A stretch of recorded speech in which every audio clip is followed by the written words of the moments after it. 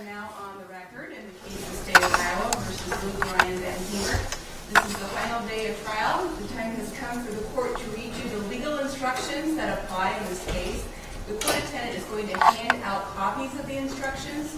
There are enough for each to read those on, and then the end person will each have their own copy.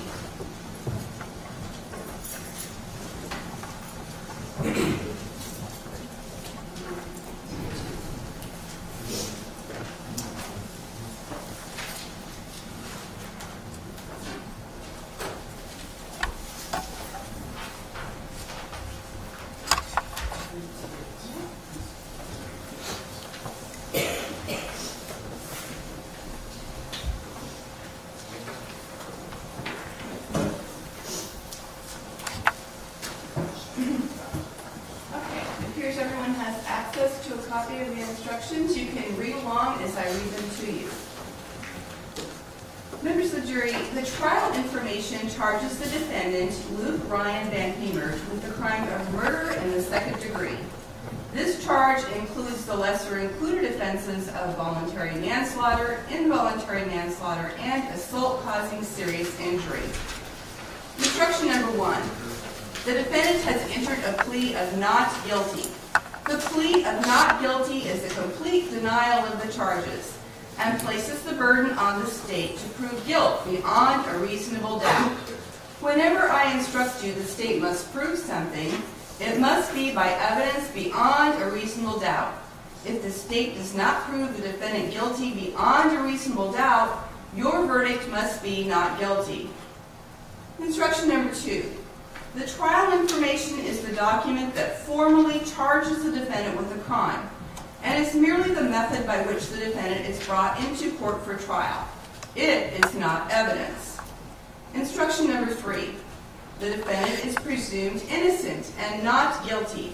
This presumption of innocence requires you to put aside all suspicion which might arise from the arrest, charge, or the present situation of the defendant.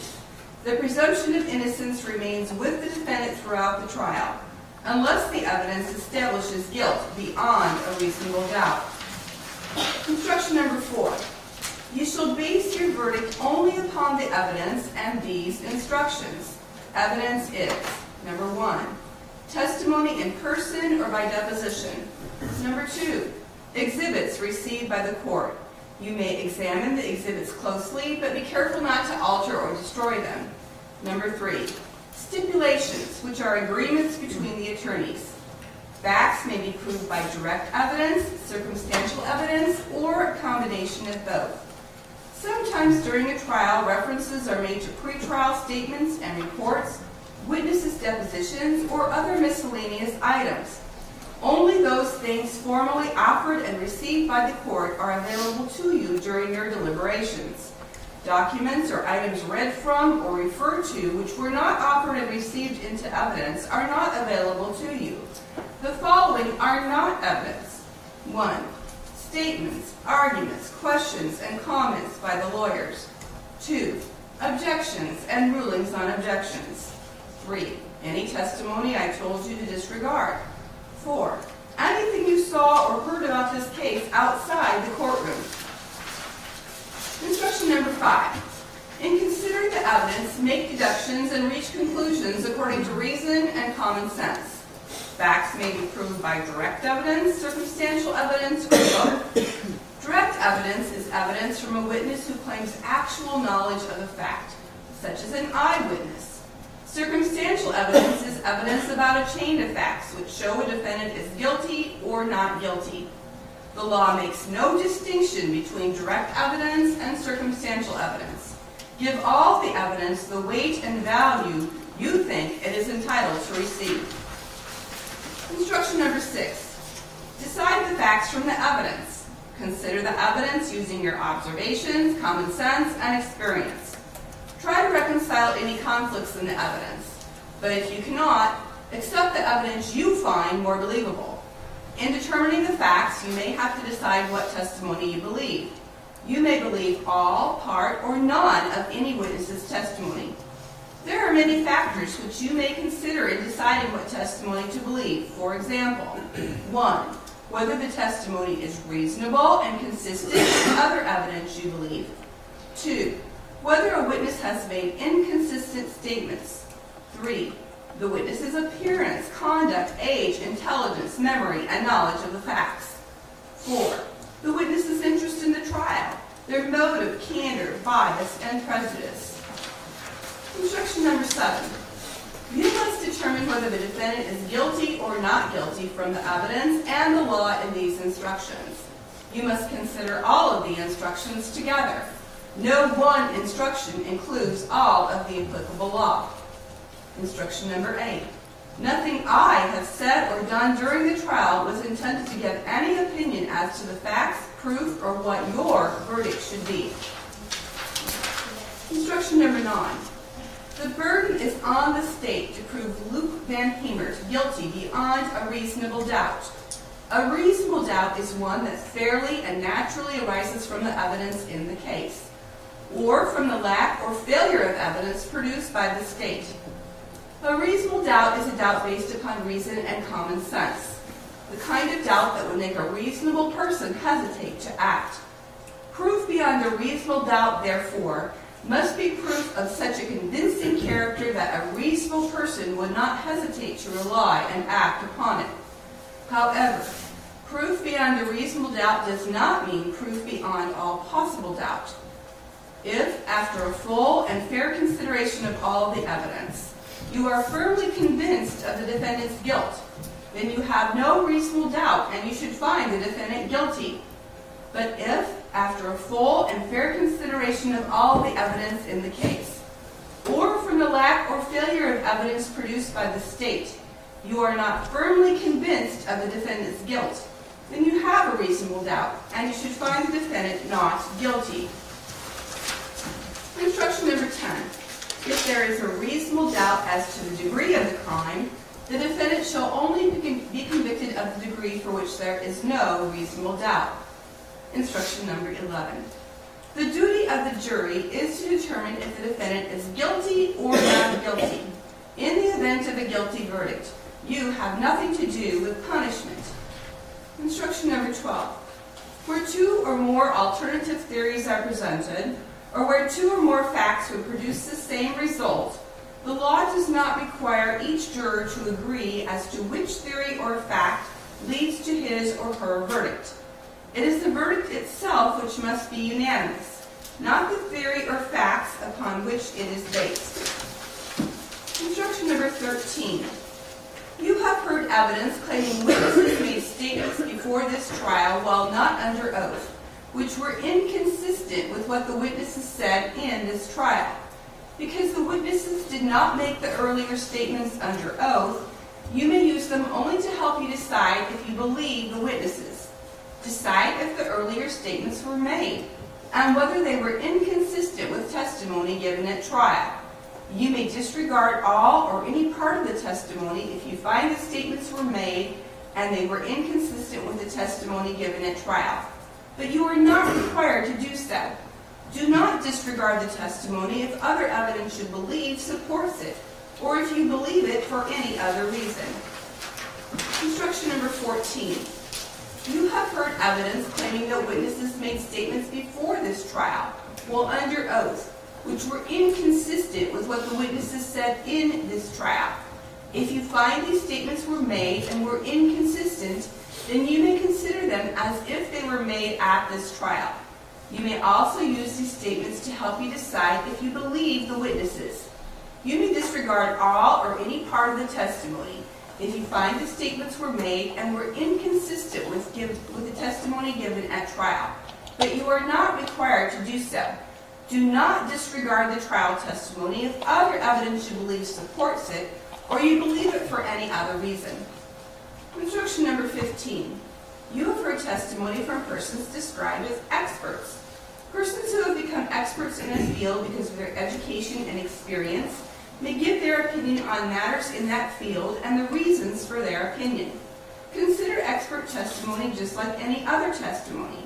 You may accept it or reject it.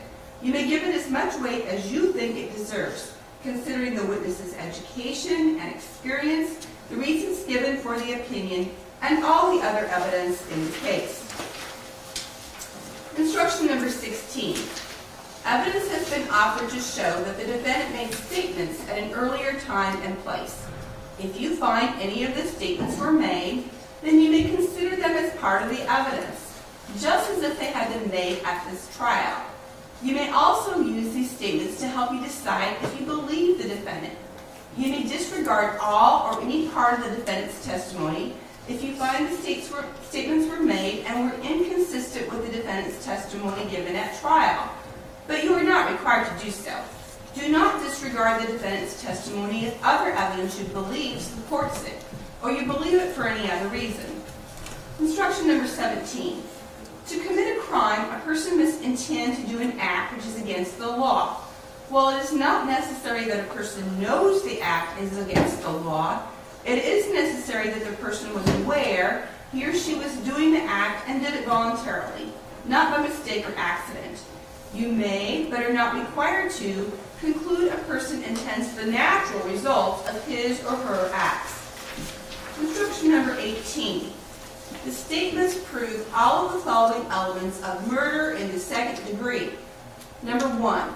On or about the first day of March 2018, Luke VanHemert stabbed Marquis Todd.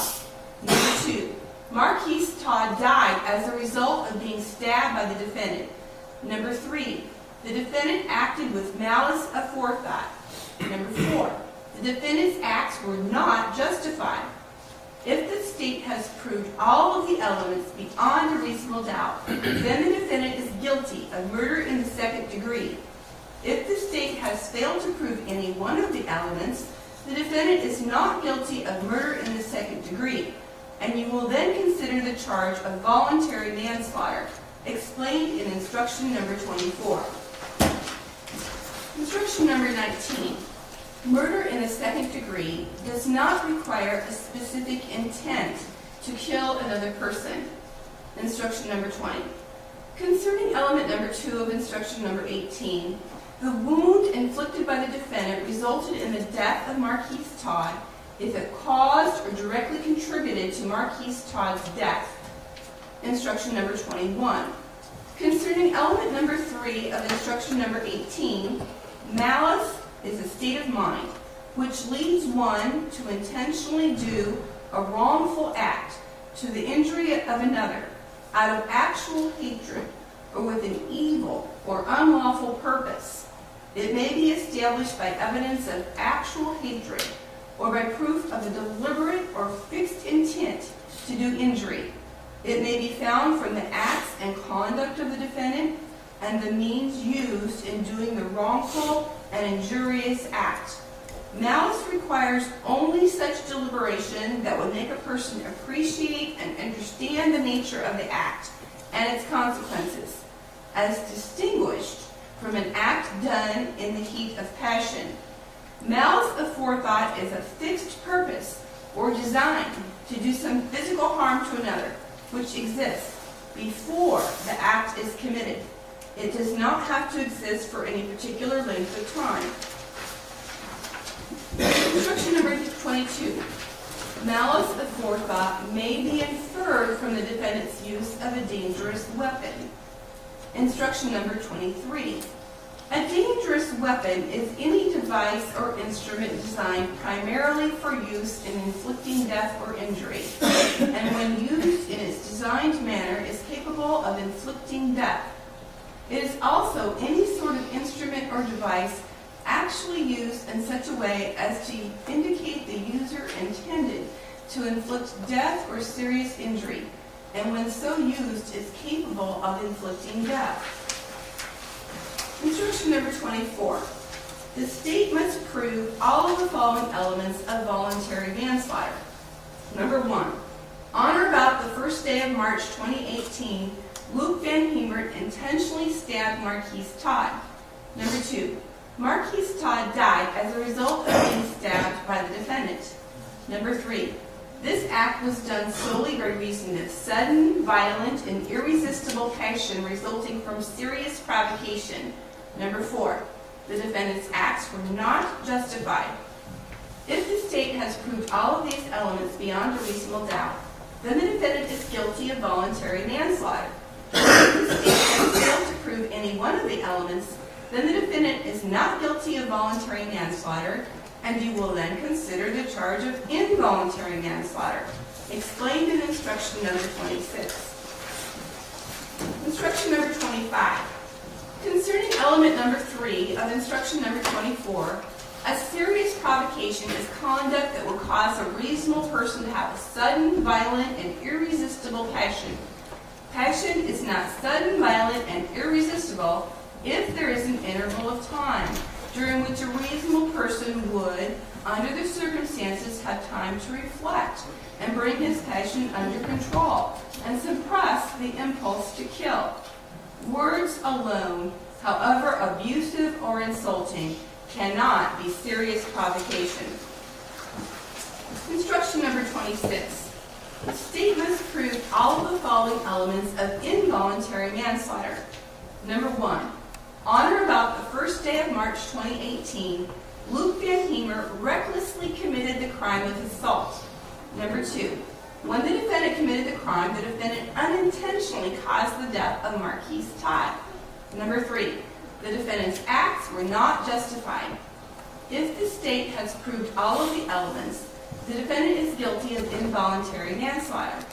If the state has failed to prove any one of the elements, then the defendant is not guilty of involuntary manslaughter, and then you will then consider the charge of assault causing serious injury, explained in instruction number 28. Instruction number 27. Concerning element number 1 of instruction number 26, a person is reckless or acts recklessly when he or she willfully disregards the safety of persons or property. It is more than a lack of reasonable care which may cause unintentional injury. Recklessness is conduct which is consciously done with willful disregard of the consequences. For recklessness to exist, the act must be highly dangerous. In addition, the danger must be so obvious that the actor knows or should reasonably foresee that harm will more likely than not result from the act.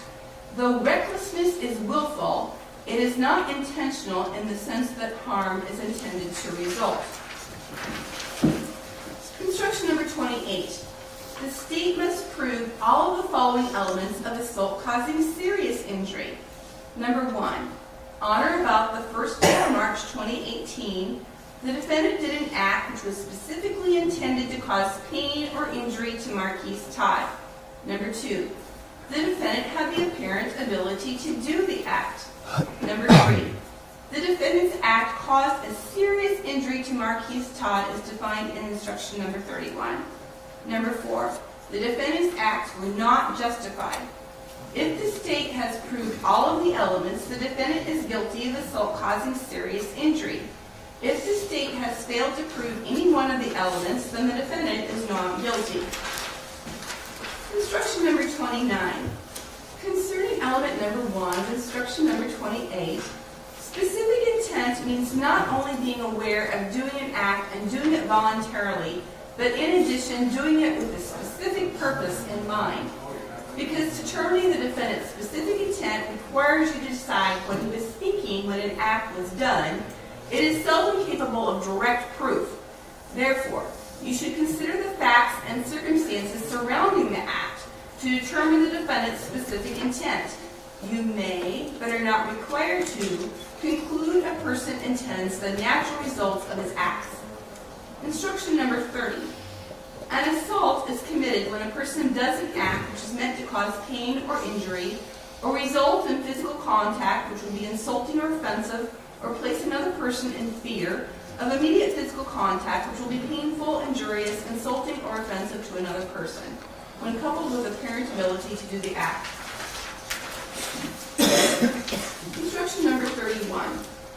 As used in these instructions, a serious injury is a bodily injury which creates a substantial risk of death, or which causes serious permanent disfigurement or extended loss or impairment of the function of any bodily part or organ. Instruction number 32. The term bodily injury means physical pain, illness, or any impairment of physical condition. Instruction number 33. Concerning element number 2 of instruction number 28, apparent ability means a reasonable person in the defendant's position would expect the act to be completed under the existing facts and circumstances. Instruction number 34. The defendant claims he acted with justification. A person may use reasonable force to prevent injury to a person, including the defendant. The use of this force is known as justification. Reasonable force is only the amount of force a reasonable person would find necessary to use under the circumstances to prevent death or injury. A person can use deadly force against another if it is reasonable to believe that such force is necessary to avoid injury or risk to one's life or safety, or the life or safety of another, or it is reasonable to believe that such force is necessary to resist a like force or threat. A person who is not engaged in illegal activity has no duty to retreat from any place where the person is lawfully present before using force. The state must prove the defendant was not acting with justification. Instruction number 35. The term deadly force means either of the following. 1. Force used to cause a serious injury. Or 2. Force which the defendant knows or reasonably should know will create a strong probability that serious injury will result. Instruction number 36. A person is justified in using reasonable force, including deadly force, if he reasonably believes the force is necessary to defend himself or another from any actual or imminent use of unlawful force. If the state has proved any one of the following elements, the defendant was not justified. 1. The defendant started or continued the incident which resulted in injury or death. 2.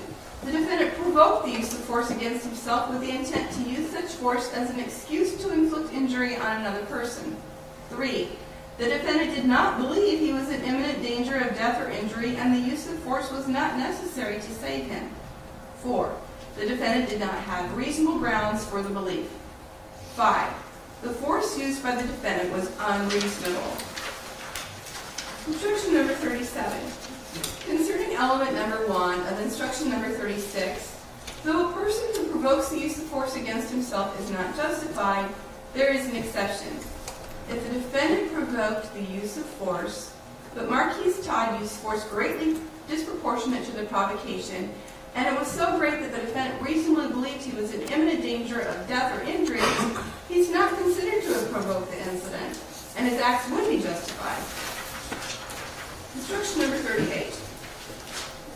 No matter how insulting the words used by Marquis Todd, they will not in and of themselves justify the use of force by the defendant. However, words of a provocative and insulting nature may be considered, together with all of the other evidence, to determine who started the incident and whether the defendant's apprehension of danger was reasonable. Instruction number 39. Concerning element number 3 of instruction number 36, the defendant claims danger existed. You are to consider the danger, or apparent danger, from the viewpoint of a reasonable person under the circumstances which existed at that time. It is not necessary that there was actual danger, but the defendant must have acted in an honest and sincere belief that the danger actually existed. Apparent danger, with knowledge that no real danger existed, is no excuse for using force. Instruction number 40. Concerning element number 4 of instruction number 36, the defendant was not required to act with perfect judgment. However, he was required to act with the care and caution a reasonable person would have used under the circumstances which existed at that time. If in the defendant's mind the danger was actual, real, imminent, or unavoidable, even though it did not exist, that is sufficient if a reasonable person would have seen it in the same light. A person may be wrong in the estimation of the danger or the force necessary to repel the danger, as long as there is a reasonable basis for the belief of the person, and the person acts reasonably in the response to that belief. Instruction number 41. You may not communicate about this case before reaching your verdict.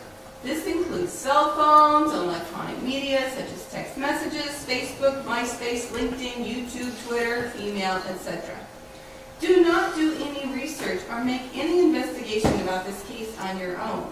Do not visit or view any place discussed in this case, and do not use internet maps or Google Earth or any other program or device to search for or to view any place discussed in the testimony. Also, do not do any research, any information about this case, the law, or the people involved, including the parties, the witnesses, the lawyers, or the judge. This includes using the internet to research events or people referenced in the trial. This case will be tried on evidence presented in the courtroom. If you conduct independent research, you will be relying on matters not presented in court. The parties have a right to have this case decided on the evidence they know about and that has been introduced here in court.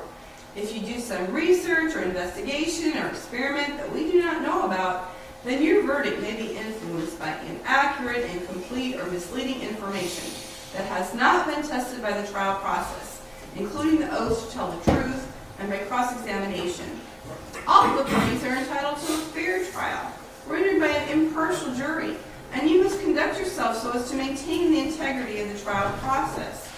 If you decide a case based on information not presented in court, you will have denied the parties a fair trial in accordance with the rules of this state. You will have done an injustice. It's very important that you abide by these rules. Failure to follow these instructions may result in the case having to be retried. It is important that we have your full and undivided attention during this trial. Instruction number 42. During the trial, you've been allowed to take notes. You may take these with you to the jury room to use in your deliberations. Remember, these are notes and not evidence.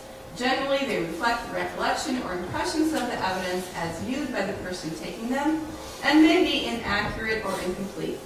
Upon reaching a verdict, leave the notes in the jury room, and they will be destroyed. Instruction number 43.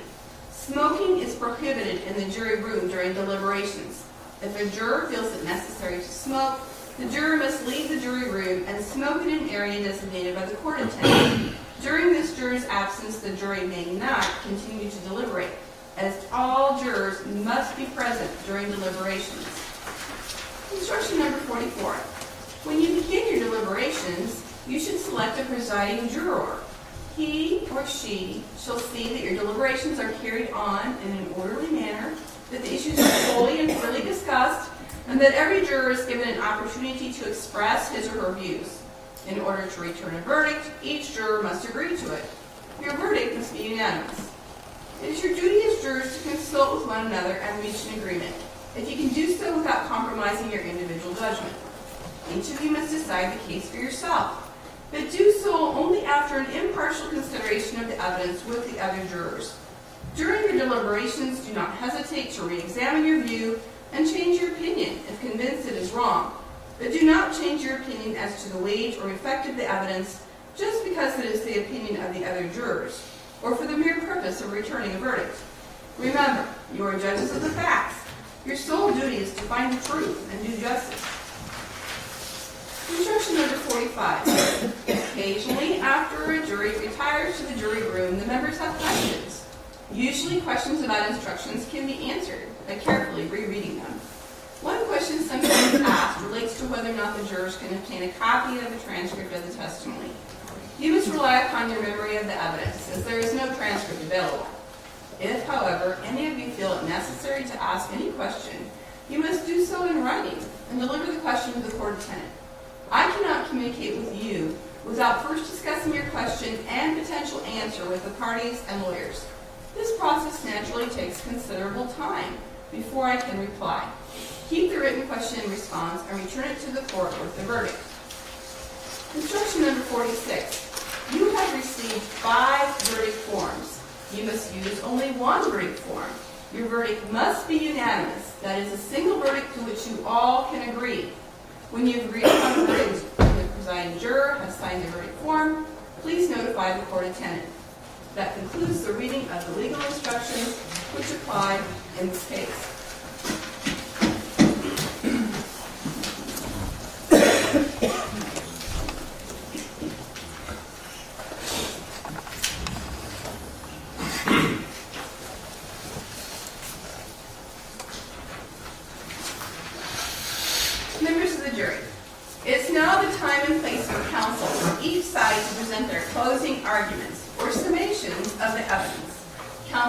state will have the opening summation. Counsel for the defendant will then have an opportunity for reply. And since he will only address you once, he will also present his summation. Counsel for the state will then have his closing summation to the argument of the defendant. The counsel for each party will be summarizing the testimony that you have heard and the evidence which was presented during this trial. They will merely be recalling the evidence, as you will later. They will not intentionally try to mislead you. And if their recollection of the testimony is not the same as yours, you must follow and rely on your own recollection. The summations of counsel are merely that, summations. They are not evidence, nor should they be construed by you as evidence or as instructions on the law. The court has just read you the legal instructions that apply in this case. The summations are intended to help you in understanding the contentions of each side, so please give them your close attention, beginning with the closing argument of the state. Go ahead, Mr. Coster. Thank you, Your Honor. May it please support counsel? Counsel. Good morning, ladies and gentlemen of the jury.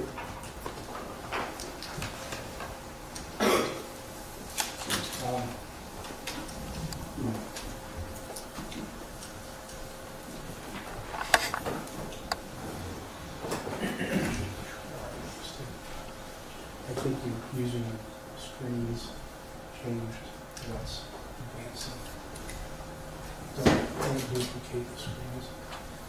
As I started by saying an opening statement, and I will repeat today, at every step along the way of the events that led to the death of Marquis Todd in this case, the defendant started the violence.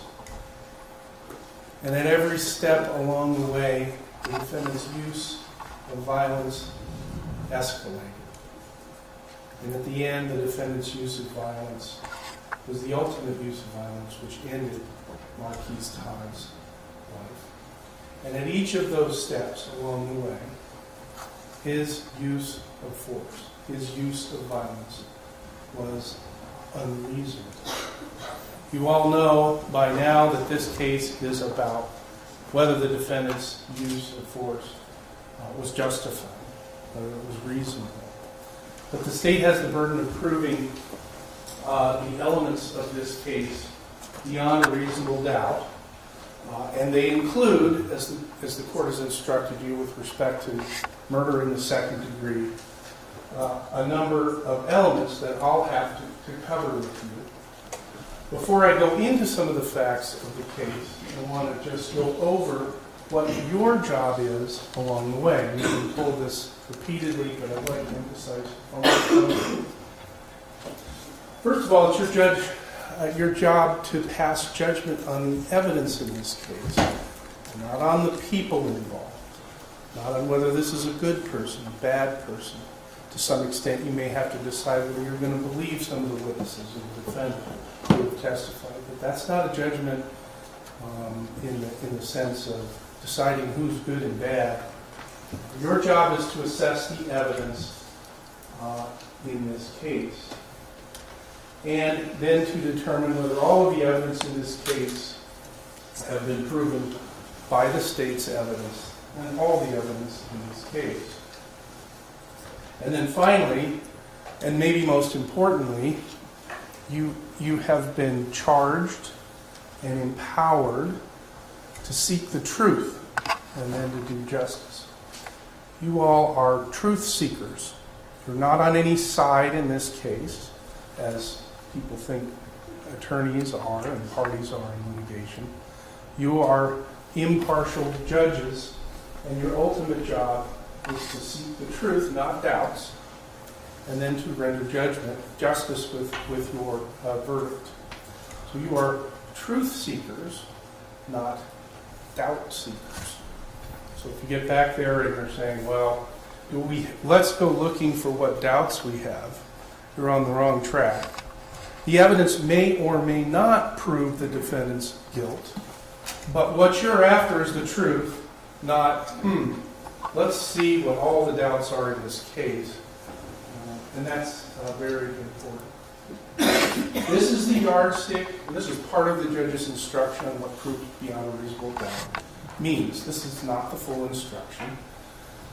And you may recall from jury selection when I said usually you have some idea of what this term meant, and please disregard it, because this is it. So don't talk about shadows of a doubt or whatever other phrases or whatever other thoughts you may have had about this. This is essentially the important part. If after a full and fair consideration of all the evidence you are firmly convinced of the defendant's guilt, then you have no reasonable doubt. And you should render a verdict accordingly. If you're not, then you should render a verdict accordingly. So being firmly convinced is what reasonable doubt means. And as the instruction also says, but it's not on my presentation, proof beyond a reasonable doubt is never, in this case or any other, proof beyond all doubt. Here are the elements the state must prove. On March 1, 2018, the defendant stabbed Marquis Todd. 2, he died as a result of being stabbed. 3, the defendant acted with malice aforethought, and there's a fourth one, or should be. I don't know if it's being cut off. It is. Here we go. The defendant's actions were not justified. So those are the elements that we must prove in order for you to return a verdict on the murder in the second-degree charge that the state has brought before you. Here's an important part. Murder in the second degree does not require proof of a specific intent to kill. That's murder in the first degree, premeditation, deliberation, and so on. So murder in the second degree doesn't require you to find, yes, the defendant specifically intended when he acted to kill Mr. Todd. That's one of the instructions that follows what we call the marshalling instruction, which sets forth what the elements were that I just showed you.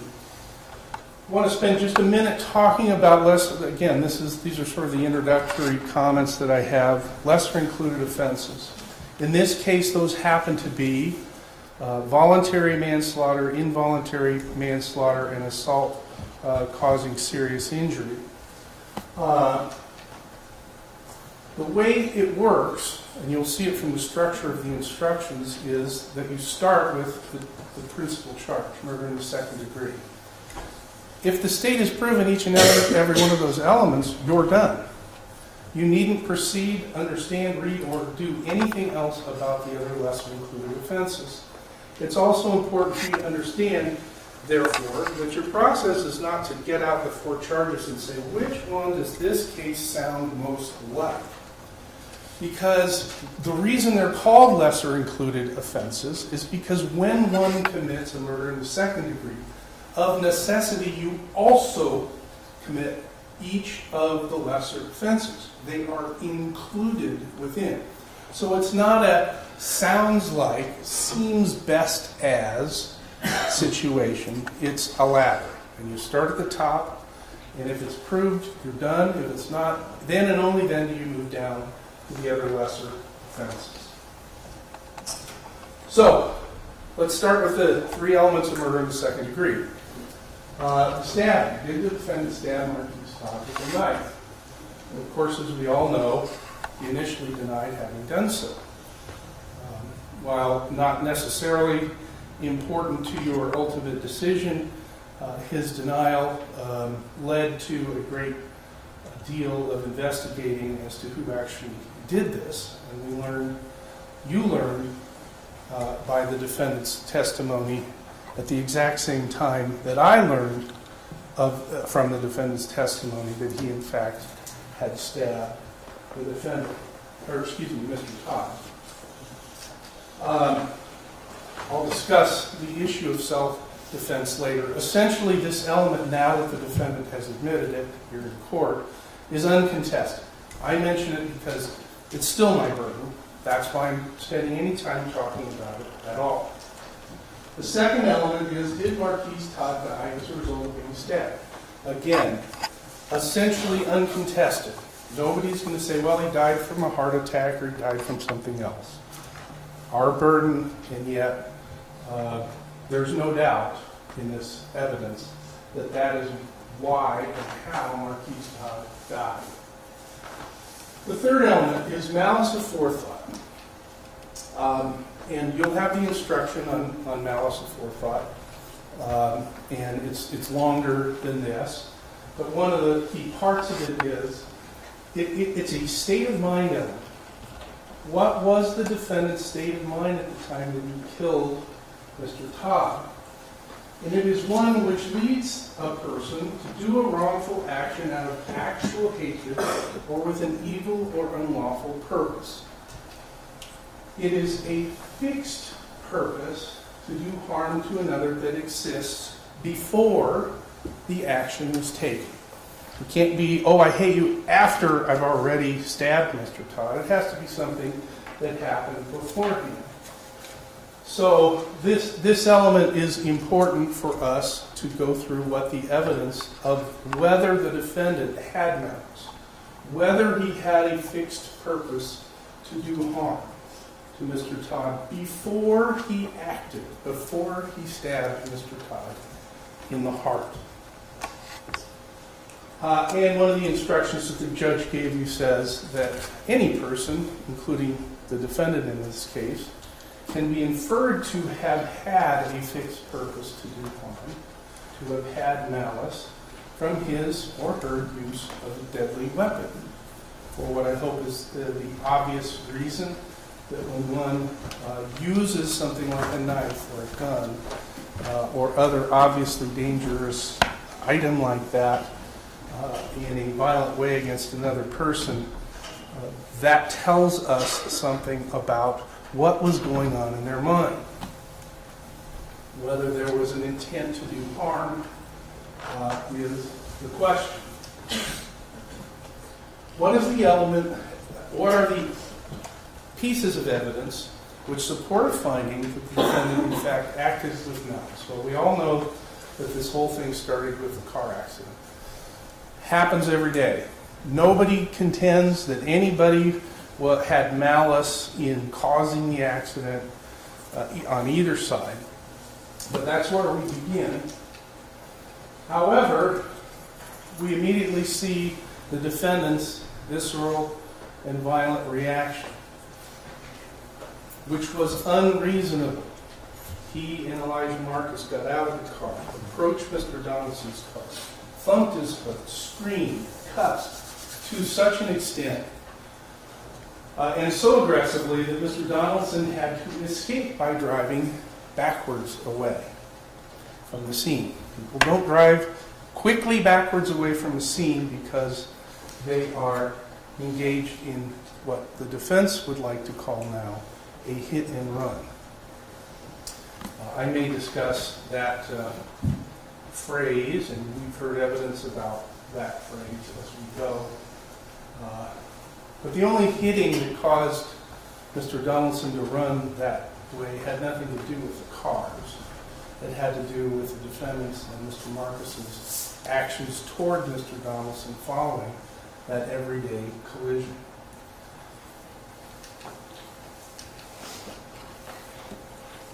Mr. Donaldson, it's important to remember, his testimony said, A, he didn't know who the defendant was. He didn't know where he lived. He's on his way to Jiffy Mart to get whatever, snacks, pop, whatever he's going to buy. He has this collision on North 3rd here in Oskaloosa. He has no idea who these guys are who he got in a collision with and then came out screaming and yelling and thumping and cussing at him. So he goes away, sits there for a little while, and then heads back. His testimony is, as he's coming down the hill, without having seen anyone, not the Jeep, not the defendant, not his father, not Elijah Marcus, not anyone, crash comes a brick through the window of his vehicle. He then proceeds back by the defendant's residence, does a 3-point turn and comes back, and we heard testimony from Mr. Marcus and Mr. Donaldson that then Mr. Marcus smashes his windshield with a stick. And of course, we can see the brick, and we can see the stick. And I made some comment and questioning of the defendant who tried at that point, and he was testifying to suggest that somehow these events happen in the opposite order. First the stick, and then the brick. And yet you can see for yourself that if the defendant's residence is to the left of this picture of these vehicles, the brick comes from the house as Mr. Donaldson is coming down the street, and the stick comes from the side of the house, and Mr. Marcus smashes the windshield on the way back by. Mr. Donaldson tells them, he denies that he said this, but several of the defense, either witnesses or people who were there, testify that they hear Mr. Donaldson say he'll be back. He's obviously upset at that point. And then there's a meeting inside the house, the defendant's house.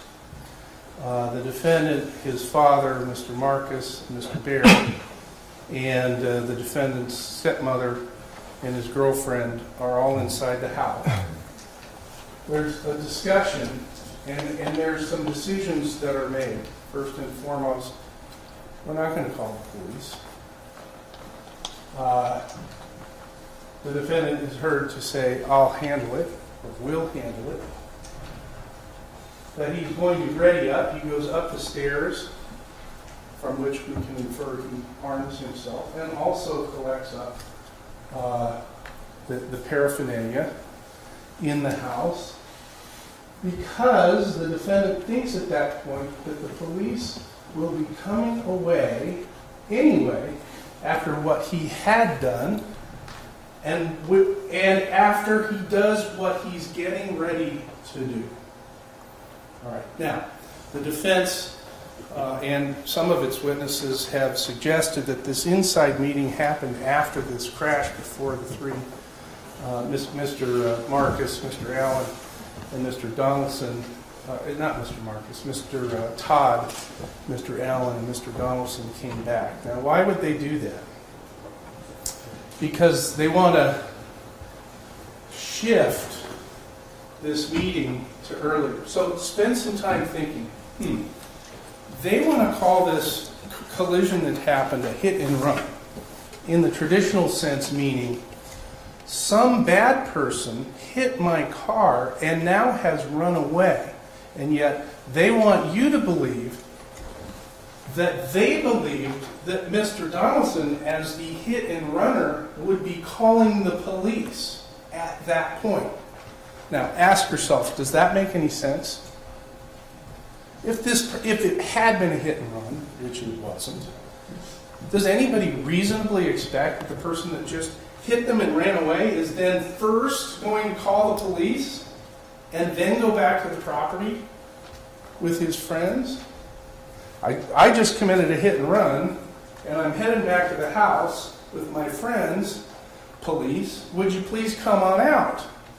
This is not what people who have committed a hit and run do, which is also why this wasn't a hit and run, and is also why this meeting didn't happen before the defendant threw the brick through the window and Mr. Marcus smashed the windshield. They discussed calling the police after the brick and stick, because it is at that point that they expect that the police are going to show up. And that's the reason why they need to clear the house of the paraphernalia, which might be found when the police show up. And in the meantime, we're not going to call the police because we're ready to handle it.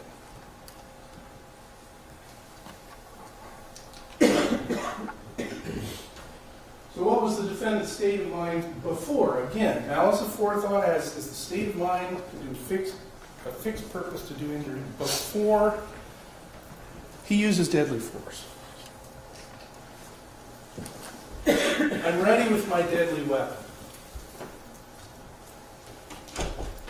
I'm ready to inflict deadly harm. I'm going to clear the house out so that we don't get nailed for that in the afternoon. And we know also he got rid of the knife after. So his purpose and design was fixed upon doing serious physical harm to another at that point. It's also interesting, and we'll talk about this perhaps now. Well, by the way, then he obviously carried out that purpose. This is the part of the justification instruction that sort of lists out the things that the state has to prove to show that the defendant was not justified in using deadly force against Mr. Todd or Mr. Donaldson or Mr. Allen. That he started or continued the incident. We've spoken about that. Whether he provoked the use of force against him, with the intent to use such force was an excuse to use deadly force or other serious force against another. He did not believe he was in imminent danger of death or injury, and that his use of force was necessary to save himself, or that if he had such a belief, that belief was unreasonable, and that the force used by the defendant was unreasonable. As you read, this is not all the justification instructions, but the word reasonable you will see throughout the justification portion of the instructions. Reasonableness. What would a reasonable person do under the same or similar circumstances? Was his claimed belief in his fear reasonable? Had he provoked the use of force which he knew was headed his way because of what he had done? He wouldn't have readied up if he didn't know that his provocation of Mr. Donaldson was not likely to cause a retaliation of some kind. What the defendant said and did as evidence of whether his actions were justified. As we know, and we have his recorded interview, which is in evidence. We also have the transcript as evidence. What the defendant told the police was he denied using deadly force.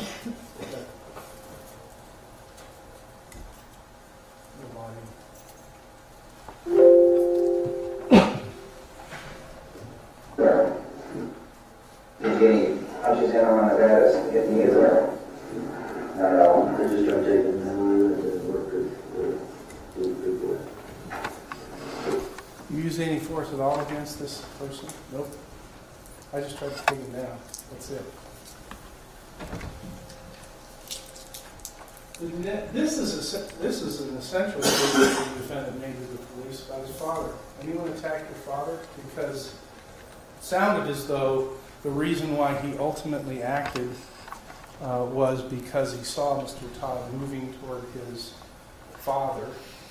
But when he was asked that question on the night of the event, this is what he said. And then how about your dad? Anybody come after your dad at all? He came after Dad. And we know that the defendant disposed of the knife. And why is that important? Why would anybody dispose of evidence of his use of deadly force if he didn't think? He, the defendant, thought, gosh, well, I'm justified in that. Like somebody who wakes up in the night and there's a burglar in their house and they have to shoot him because they're scared for their life. Does such a person in such a circumstance quick go hide the gun, not tell the police what happened, dispose of the body, and when asked questions, oh, I didn't do anything. I don't know how he wound up dead with a bullet in him on my doorstep. It is a reflection of his state of mind that he runs away. It is also his reflection of his state of mind about why he didn't tell the police almost anything about what had actually happened. Instead, basically repeating his real brief summary that he wrote out.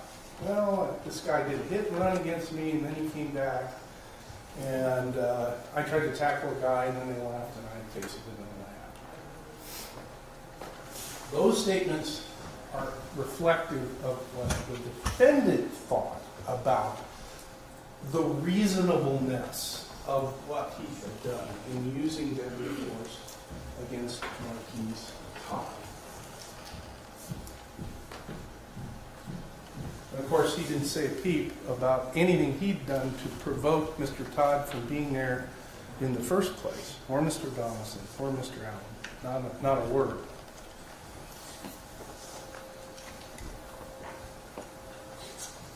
We start or continue the incident. We've already gone over this. Tapped the car twice, and then brutally stabbed Mr. Todd with a knife from ambush. And each one of these was an escalation of his violence. He was one violent step ahead of anybody else at every single step of this case. Again, reasonableness or unreasonableness. Did he have a real fear? Was his fear reasonable? Now, the state is not contending that it might not be scary to have three people show up, especially big, tall African-American basketball players on your front lawn. At the same time, when you throw bricks through windows of tall African-American basketball players on your front lawn, you might reasonably expect some sort of response. What fear triggered his use? This is a critical part. What fear, if any, triggered his use of deadly force in this case? This is a part, there's so many parts of this case where the witnesses are not in harmony about what happened. But as to the moments before the stabbing, almost everybody agrees. It's including the defendant, his father, Mr. Donaldson, Mr. Allen, and Mr. Marcus all say that when the three men pulled up in the car, it was Stanley VanHemert and Eli Marcus in the driveway with defendant nowhere to be seen. This is not something that we have different versions of from the different people. What do any of them say, or did any of them say, about what triggered the defendant's violent attack on Mr. Todd? The evidence, again, is uncontested. There was testimony that Mr. Todd followed Stanley VanHemert, who we also heard had a phone saying, "Get off the property, I'm going to call the police, I'm going to set my bulldogs out, or my pit bulls out." And then he starts walking toward his house. And Mr. Todd made the unfortunate mistake of saying, "Hey, wait a minute, where are you going? Where are you going?" This is the provocation that leads the defendant to spring from the darkness with his knife in hand. And the state contends, use it immediately and violently to kill Marquis Todd. Now, even the defendant says that Mr. Todd, while his father and others say, well, one of them had a stick. Well, was it the guy that was following Stanley VanHemert saying, "Hey, where are you going? What are you doing?" The defendant says, And that was the same guy in the hole? try it again, Andrew. The guy that you fought, is there any way that guy had that? Was it the same guy in the hole? Was the guy you fought the guy you think had a pole or stick with a crowbar or whatever? No, I don't think so. Okay. So, Mr. Todd is engaged in the provocative act of saying, "Where are you going?" and walking and not being armed when the defendant attacks. Was the attack at that moment reasonable? An attack with deadly force? No punches had been thrown by anyone. Everyone says the ruckus that started there wasn't anything. It started at the moment that the defendant charged out of the darkness at Marquis Todd. Nobody said, oh, there was other, somebody started throwing punches. Mr. Allen, Mr. Donaldson, Mr. Todd. No one said that any of those three people committed a single violent act except showing up. That's what they had done. And that was the event that triggered the defendant's use of deadly force.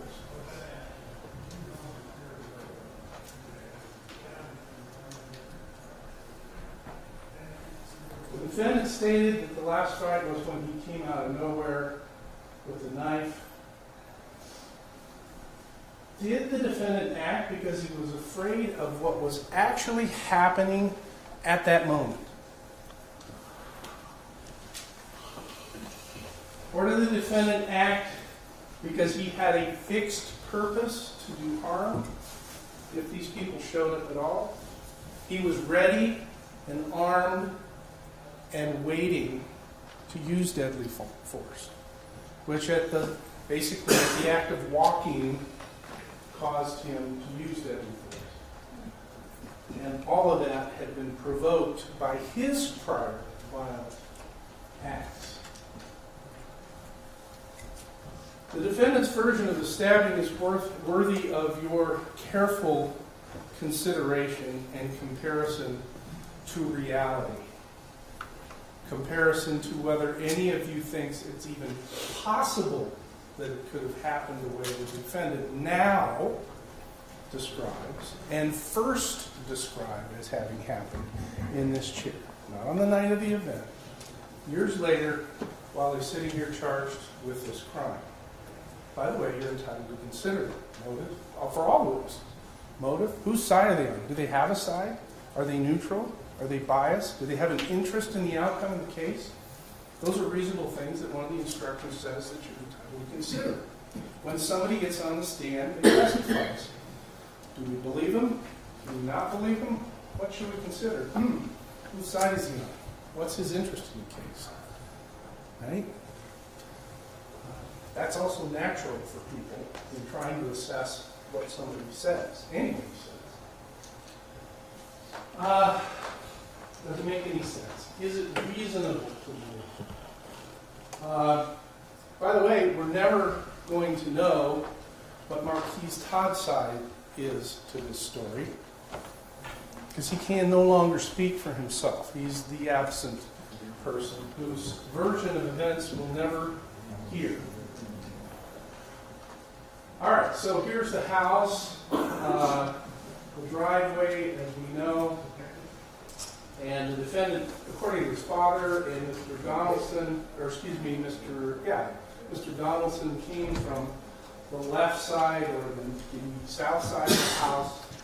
The defendant says he was awaiting in the driveway. I'm not sure if it matters which actually was the case, but certainly not in the vision of any of the three people who would come there to find out why they'd had a brick thrown there through their window.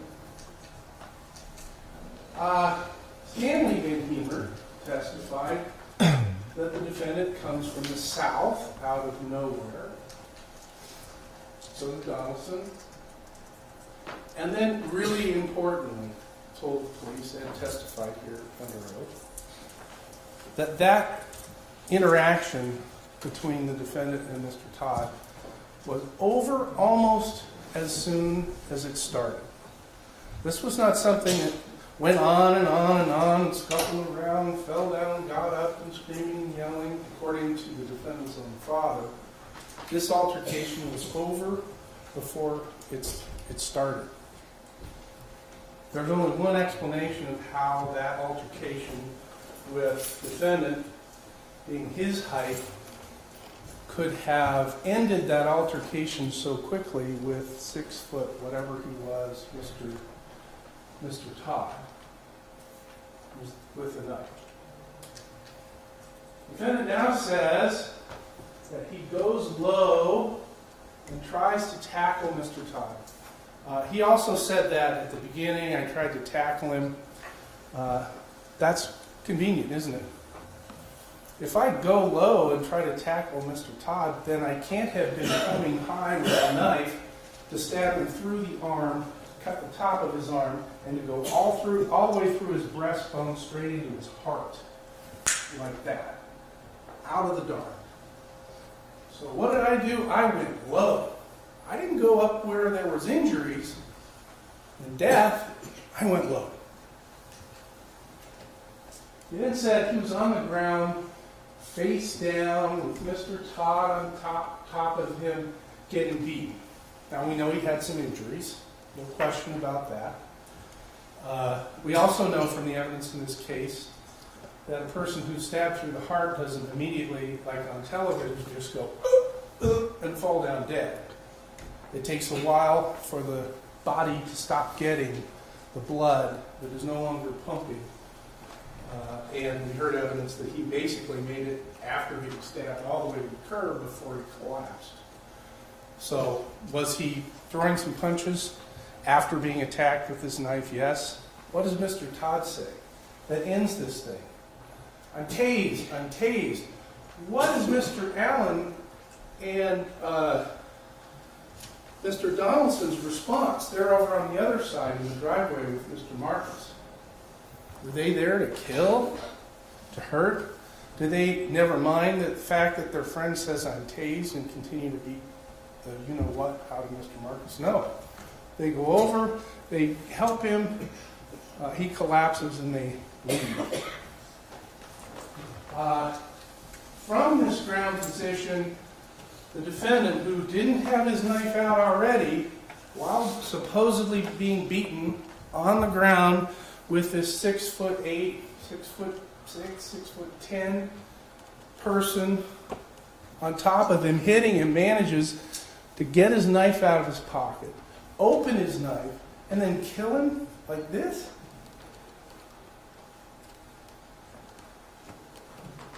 That's what he says.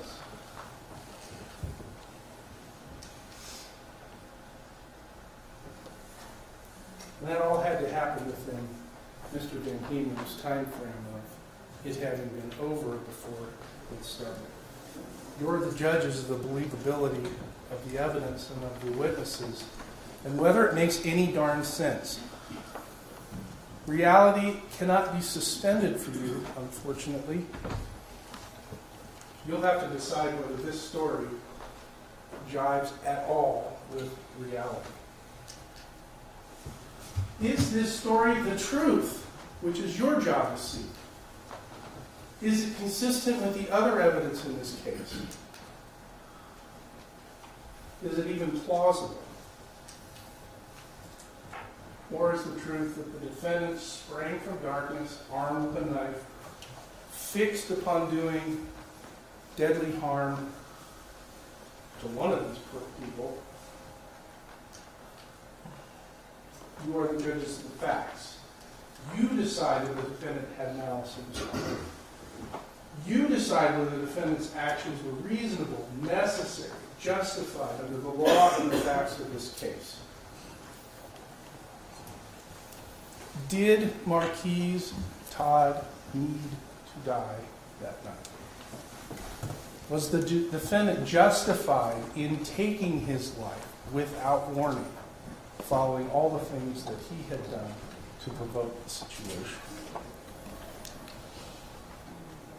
The state asks that you seek the truth and then render a just verdict which speaks that truth. Thank you.